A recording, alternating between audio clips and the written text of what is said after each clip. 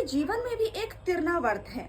श्री कृष्ण ने द्वापर में जो लीलाएं की थी वो लीला नहीं थी बल्कि कलयुग के लिए गहरा संदेश था। कैसे, आइए जानते हैं।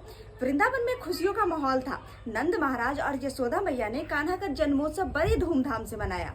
लेकिन इसी समय मथुरा में कंस चैन से नहीं बैठा था। उसे नारद मुनि ने बता दिया कि उसका काल भगवान गोकुल में जन्म ले चुके हैं। उसने एक एक कर राक्षस भेजने शुरू कर दिए।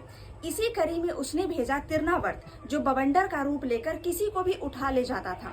एक दिन यशोदा मैया कान्हा को गोद में दुलार रही थी। अचानक उन्हें लगा कि कान्हा का भार असामान्य रूप से बढ़ रहा है।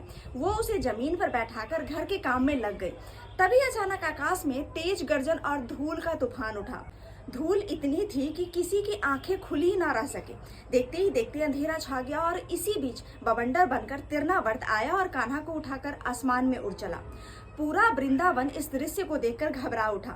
यशोदा मैया विलाप करने लगी। गोप गोपियां कान्हा को खोजने लगी, लेकिन कोई पता नहीं चला। उधर आकाश में तिरनावर्त कान्हा को लेकर ऊंचा और ऊंचा उड़ता जा रहा था। लेकिन कृष्ण सामान्य बालक तो थे नहीं, वो स्वयं परम ब्रह्म थे। उन्होंने खेल खेल में अपना भार इतना बढ़ा दिया कि तिरनावर्त आगे उड़ ही नहीं सका। उसके पंख की गति धीमी हो गई और फिर कान्हा ने अपनी नन्ही हाथों से उसके गर्दन को पकड़ लिए। तिरनावर्त ने छटपटाते हुए सोचा कि ये बालक है या कोई विशाल पर्वत। सांसें घुट रही थी उसकी। कृष्ण का दबाव बढ़ता गया। उसकी आंखें बाहर निकल आई और वो अंततः एक जोरदार चित्कार के साथ वृंदावन की कठोर भूमि पर आ गिरा। उसका शरीर चूर चूर हो गया और तुरंत ही प्राण निकल गए।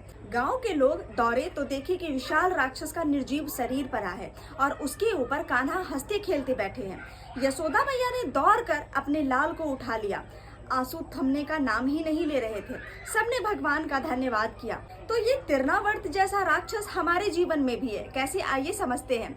तिरनावर्त केवल एक राक्षस नहीं था, वो अंधकार और अहंकार का प्रतीक था। वो धूल और तूफान की तरह इंसान की आंखों को ढक देता है, जिससे हम सत्य और ब्रह्म के स्वरूप को नहीं देख पाते हैं। माधव ने उसे नष्ट करके ये संदेश दिया कि जब भक्त अपने जीवन में मुझे थाम लेता है तो चाहे अहंकार कितना भी ऊंचा उड़ जाए, मैं उसे धराशायी कर देता हूँ। इसीलिए जब जब जीवन में भ्रम, अंधकार और अभिमान का तूफान उठे तो बस कृष्ण का नाम थाम लो। हर तिरनावर्त अपने आप नष्ट हो जाएगा। हरिओम तत्सत। जन्माष्टमी की बहुत बहुत शुभकामनाएं आप सभी को।